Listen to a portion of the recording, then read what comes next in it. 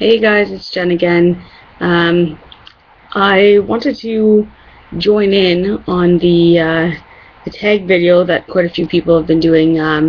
It was from AnnetteVSGmommy's. It's 9 questions. So yeah, I wanted to weigh in on that. So that's what I'm here to do. Everybody else is busy and has lives. I don't understand. But for me, what better thing to do with your Easter Sunday than do a tag video. So here goes. Question number 1 was, what are you grateful for? I am grateful for a lot of things. The basics, obviously: roof over my head, food in my belly. I have a wonderful wife, a great family. I have a twin sister. Who can ask for more than that? It's between my wife and my sister, best friends. I have a great niece and a great nephew who have, thanks to all, spared me the need of having my own children, which I don't really want. But I get to steal hers whenever I want. So there you go. I'm grateful for a lot of things. I'm grateful for this journey. I'm grateful for the people who I've met on this journey. I'm grateful for all of you. Yeah, grateful for a lot of things. There's a lot of very, very good, positive things going on in my life right now. I'm having a lot of fun, and I am looking forward to no longer being pre-op and being post-op and sitting on the bench with the rest of you. So, number 2, what's missing in your life?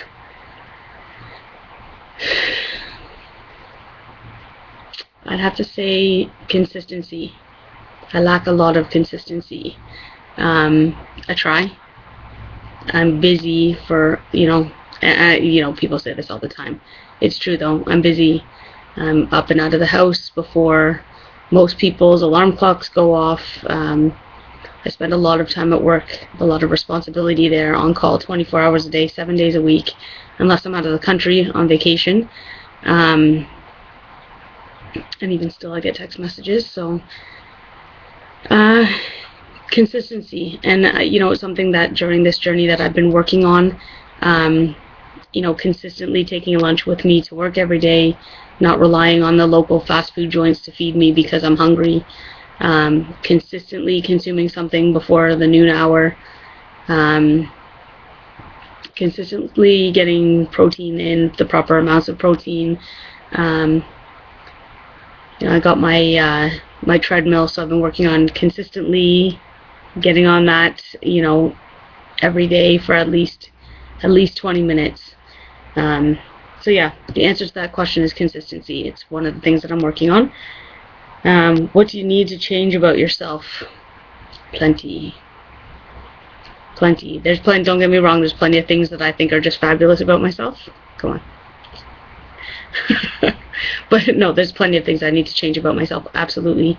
I need to get more organized. That goes along with the consistency. Organization is huge. It's huge in being consistent. It is hard to be consistent when you're disorganized. I can consistently not find a pair of socks to put on in the morning, or where's that container that I need to put whatever in, or what have you. So I need to get more organized for sure. What else do I need to change about myself? I need to, obviously change my habits, my eating habits, my everything that got me to where I am today to need weight loss surgery. So that's also a work in process. Number 4 was, what are you most proud about yourself? I have a very, very hard time answering this question. Pride is a big word. It's a big word. I have things that I'm proud of myself for, but then I wonder to myself whether that deserves pride. Like, for example, I like to paint. Consider myself a visual artist. I love photography. but I consider that more of a talent than something to be proud of, if that makes any sense. So I have a hard time using that word proud. I am hoping that at the end of this journey that I can look back over, however long it takes to get to goal and beyond, and be proud of the journey, and to be proud of my results. And so I'll let you know later what I'm proud of. Right now I just think I have some talents. What are your talents is the next question. Visual arts. I'm a visually drawn person, which if you walked around my house you would not believe it, because there's just chaos going on up in here. But I love to paint, I love to draw, I love to take photos. I love to take photos of people. I like capturing people when they're not posing, they're not paying attention. Love taking pictures of people's babies because I get to pick them up and cuddle them. And babies have no ego. You're posing them, they're not posing for you. You don't get any fake smiles out of a baby. You do, however, get gas smiles. Just saying, ladies and gentlemen. So anyways, visual arts. Number 6. What was the toughest time in your life? This one's easy for me. Long and easy. When I was 26, so that was a few years ago, me and my wife's best friend passed away. It was sudden. He wasn't sick.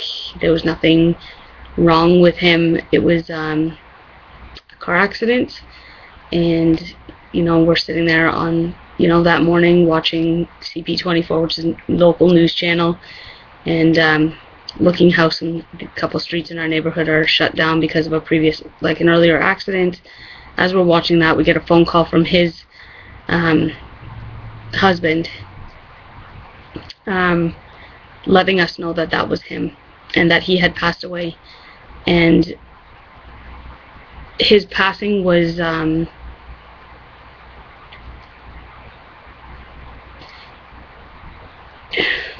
I don't know how to describe it. It was losing more than a friend. It was losing a brother. It was devastating to both of us, and obviously to his husband, who, the four of us were very, very close. And what the grieving that followed that was very difficult. It took me years to be able to think about him or talk about him. 2 years ago, if I was giving you this answer, I wouldn't have been able to finish the video.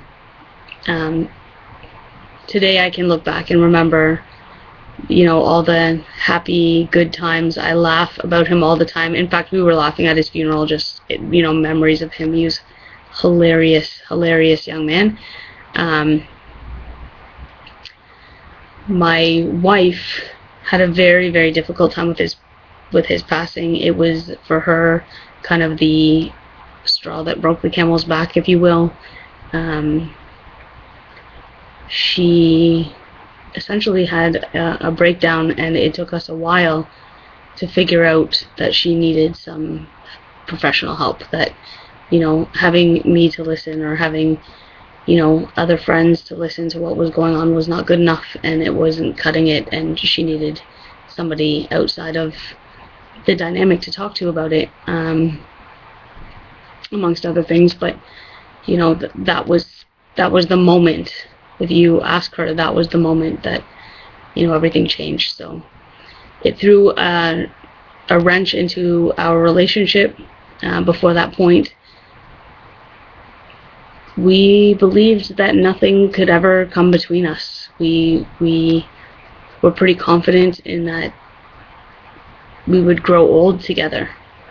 And his passing so suddenly and so young kind of ripped the foundation of that flooring out from underneath us, and we were thrown into this other world, which was scary. And it was scary. it was scary to think that, just like that, life could be over just like that. And it was difficult. So that would be the most difficult time in my life, hit the time of his passing, and then the couple of years that came after that, the couple of years of grieving, of dealing with my wife's stability, that sort of thing. It was a very difficult time, but that's the answer to that. What is the craziest thing I've ever done? Crazy? Believe it or not, I haven't done all that many crazy things. I know a few people who won't believe me, but it's true. I can't think of anything really spectacularly crazy, that I've done. I play pretty safe most of the time, ladies and gentlemen, believe it or not. I may look a little crazy, may act a little crazy, although I think some craziness might be coming. Just saying. Nothing crazy so far. Number 8, what's my biggest regret?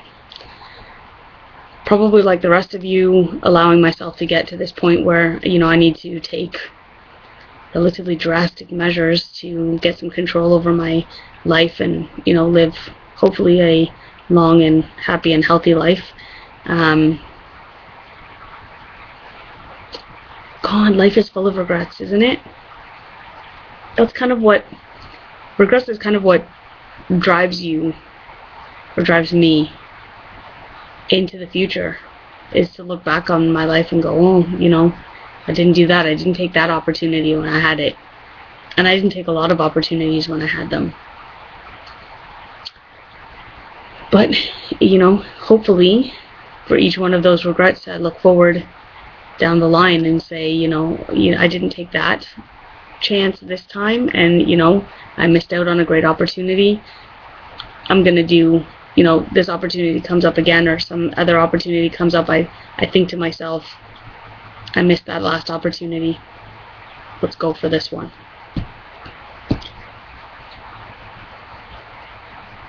And the last one is number 9.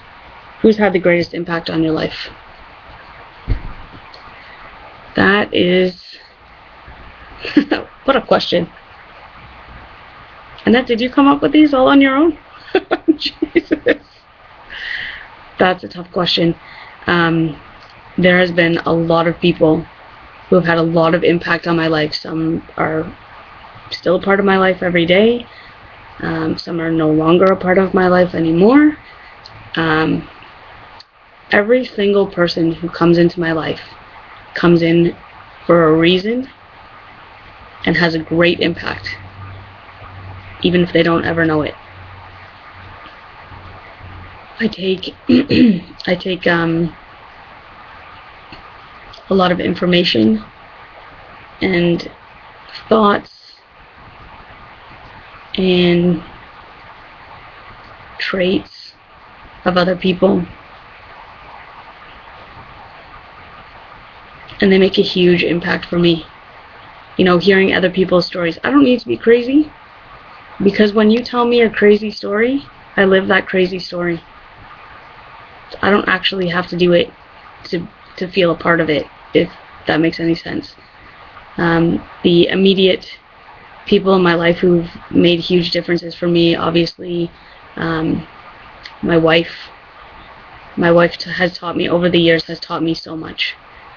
I have learned patience and tolerance, and I've learned to see life from other perspectives.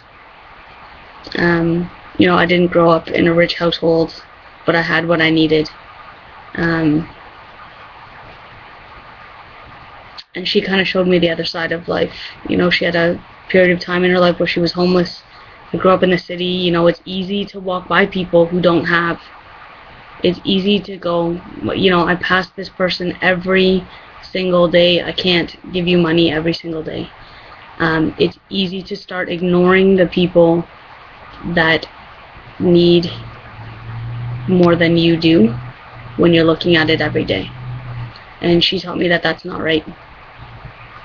That those people need. I don't need a chocolate bar this afternoon. I don't need a bottle of pop. But my $2 that I'm gonna toss in his cup, or even if I don't have any money, to stop and say a kind word makes way more of a difference than most people know. And I didn't know that until I met her. And she gives till it hurts. And I've heard that before, give till it hurts, and until I saw her, I never did. Now I give till it hurts, but back then, no. I've learned a phenomenal amount from her. Obviously, I've learned a lot from my parents. They had a great influence on my life. Everybody's parents does. My sister, I never had to live life alone, ever. I always had Julie. We learned from each other. We influenced each other. We still influence each other. So yeah, anyways guys, this is getting long and long-winded again because that's how I roll. And anyway, thanks for listening to my 9 questions about me, or whatever it's called. Anyways guys, I'll talk to you later. Good night.